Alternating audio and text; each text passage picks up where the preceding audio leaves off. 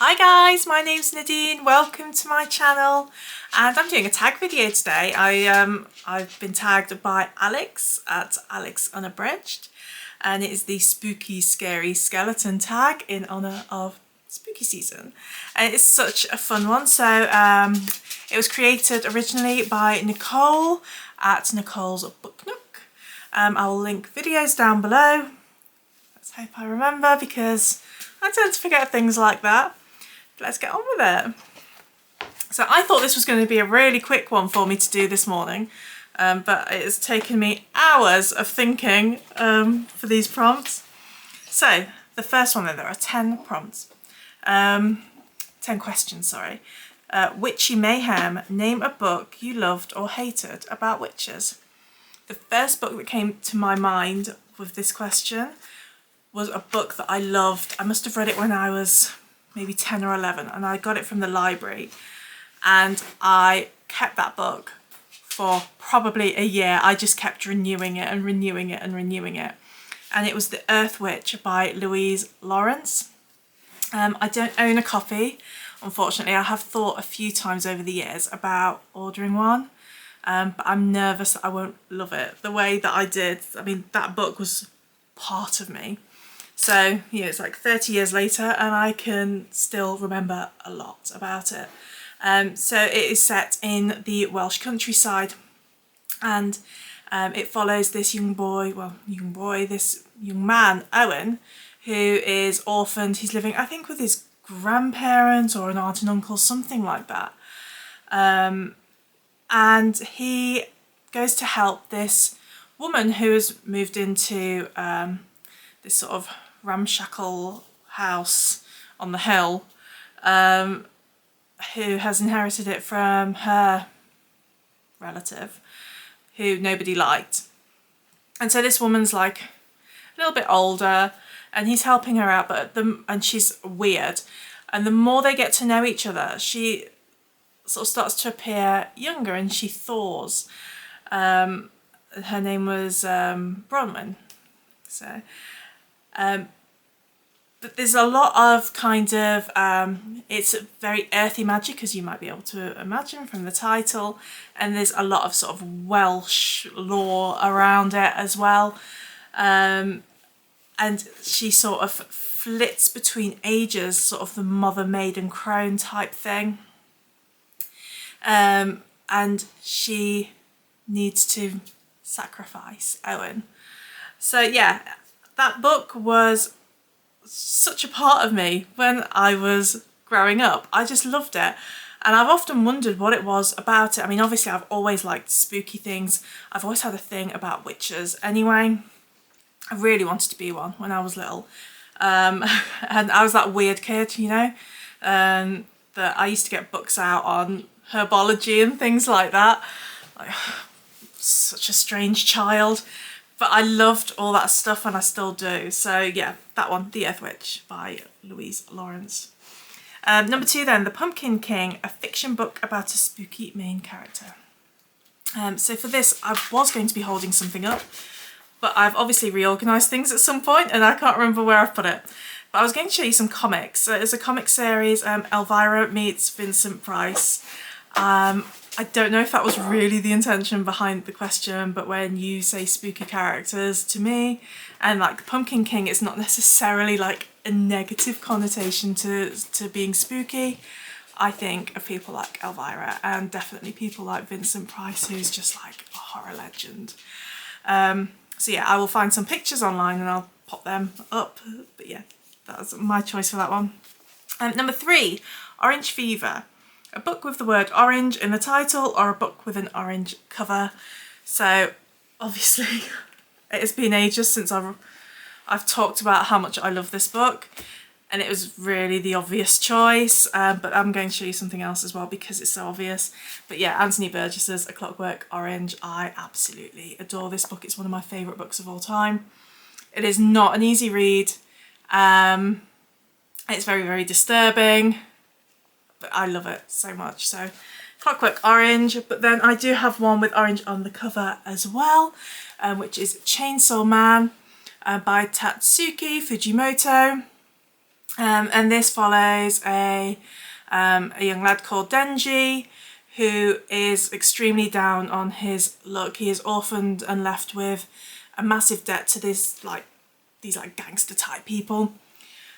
His only friend in the world is this little demon chainsaw creature, and when Denji is slain, this creature enters him and becomes part of him to keep him alive. So yeah, that one is pretty cool. There's lots of like gore and stuff in here. It's very violent. His main quest in life really is just to touch some boobs. So he's a funny character. But yeah, I like these books. They're fun. Number 4, Ghouls and Ghosts, a book you love about ghouls and ghosts. I kept forgetting to actually look for something for this, so I just grabbed The Shining by Stephen King off my shelves. It's one of my favourite Stephen King books. This Misery, Pet Sematary, I like the older ones. So yeah, The Shining, plenty of ghosts in that one. Number 5, Horrible Horrors, your least favourite horror, thriller or mystery book. So I had a few that I was thinking for this. So first I was going to say The Sanatorium, which was a thriller I read a couple of years ago, which I was looking forward to, and it just didn't live up to my expectations. The other one was Dead Silence by S.A. Barnes, which again I was so excited to read, but it just didn't quite deliver. And so I was thinking along those lines, that were just books that didn't quite deliver what I was hoping for. And then I remembered a book that I read about 20 years ago that I loathe. I try not to think about this book because as soon as it popped into my head earlier, I was not in a good place. I don't like this book at all, and I try to avoid talking about it. I've very rarely mentioned it because whenever I do, somebody's always like, oh, well now I'm really intrigued that you hate this book so much, so I must read it. And it's like, please don't, it's trash. And it is called The Gas by, what's his name? Charles Platt. So this book, I think it was written in the 70s. It's set in British countryside. I think it was like Sussex or somewhere like that. It was somewhere down south. And a chemical gas is released from this institute, like a accident. And it goes in like a mist or a fog or something into the countryside, and everybody who inhales it is like it's like an aphrodisiac, but it makes people act out their most carnal impulses, but like in a really, really extreme way. And so think about, like, there's lots of sexual mutilation. I believe it got a bit rapey. There was acts between adults, between children, like very young children, siblings, and it was so loathsome. But I've never hated a book so much in all my life.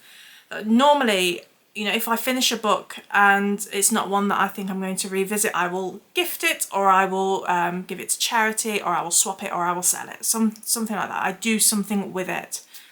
This book, any time in my life I've ever done it, I threw it away because I just thought, well, that's one less copy out there because it's just so shit. So yeah, The Gas by Charles Platt. Horrible book. Number 6 then, Gothic Wonders, a favourite Gothic themed book you've read in the past 5 years. So for this one, I probably go for Mexican Gothic by, oh gosh, her name, Silvia Marino, something. Let me have a quick look because I should have checked this before and I didn't. Mexican Gothic, Silvia Marina Garcia, there we go. So yeah, I really, really enjoyed that one, a lot more than I expected. It's very atmospheric and I enjoyed the characters. It was a fun time. 7, Magic and Potions, a fiction or non-fiction book about magic and potions. So as I said, I quite like witchy things. So lots of books popped into my mind with this, but when you say witches to me, the first thought that always comes into my mind are the Discworld Witches by Terry Pratchett. Now, again, I'm not sure that this really is quite fitting the question, because a lot of their magic isn't really magic. They don't mess around with magic the way the wizards do at Unseen University. Their magic is more common sense, and finding the best, most practical way to reach the target, what they desire. So there is magic in it, but yeah, much of it is common sense magic. But I love these women so much, and if you haven't read any Discworld, you could do worse than start with the Witches series. So yeah, Weird Sisters was the first one of those. Next then, number 8, Black Cats. A book about cats, or a book with a cat as a side character or the main character. So I've got a book that it's not a black cat, it's a white cat, but it'll do. And the cat is the main character, and that is The Walking Cat, by Tomo Kitaoka. So in this cat is rescued from certain death by a horde of zombies by Jin, a man who then forms a sort of duo with the cat, and they travel together to this island where Jin thinks his wife might still be alive. So you see the zombie apocalypse through the cat's eyes throughout the whole thing, and I just thought that was so interesting and such a fun new take on, you know, zombie apocalypse. I love zombies. God, who doesn't love zombies? Zombies are awesome. So yeah, anything zombie-y, I'm in. Oh, speaking of zombies, I think we've got some more coming up now. So number 9, Spooky Scary Skeletons, a book that sent shivers down your spine. So I did struggle with this because I grew up on horror. I am desensitized. There's not much that frightens me, actually frightens me when it comes to horror. It entertains me a lot, but I don't get scared. But this book is one that made me think, and so I guess it kind of, I wouldn't say it sent shivers down my spine, but it made me think in a kind of more unsettled way. And that was Handling the Undead by John, oh gosh, why do I never check how you pronounce things? John Ajvide Lindquist. So this is zombies, and it made me think it was a very different way of handling zombies. So when people come back from the dead in this, they don't come back eating brains or anything like that, or spreading infection that way. They just come back, but they're not quite the same, you know, because they're dead. And so, you know, they're not talking, they're not doing anything, they're just kind of there. And so what would you do if your family member came back to life? What if you do if your child who died tragically was back and they're dead, but they're not dead? Like, would you protect them? Would you care for them? Would you put them out of their misery? What would you do? So yeah, it really made me think about, actually, as a society and on a personal level, what would you do? So yeah, that was a good one. Another one that I'm reading at the moment, I'm very early into it, is Hex by... I know this. Oh, Hex. I'm going to be really annoyed when I see it because it's on the tip of my tongue. Thomas Auld Huvelt. Yeah, I'm early days into this one, but it's about this town that's been cursed by this witch like ages ago, and the people in the town can't leave. And this witch is just sort of hanging around, like you'll be eating your dinner and she'll just be standing in the corner, or you know, you'll walk down the street and she'll just be stood there doing nothing, but just there all the time. There's this presence there. And I found that really quite unsettling as well. Like, just imagine you're trying to watch TV at night and there's this creepy old witch just stood there. That'd be so strange. And there's nothing you can do and you can't communicate with her.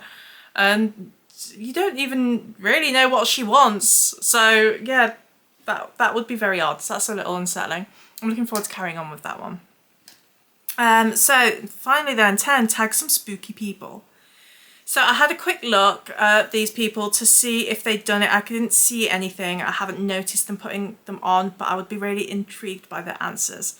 So I'm sorry if you've already done it and I've missed it. Let me know if you have, because I want to watch. But otherwise I would like to tag Ollie at Criminale, because he reads so much stuff. And I think he'd have some really cool answers for these. Storm reads, again, as above. And Crystal at Fiber Artsy. So yeah, I tag you guys. If you would like to do it, that would be awesome. If not, that's cool. But yeah, those are my answers. Let me know what you guys think. Let me know what you would choose for these, and I will catch you next time. Bye!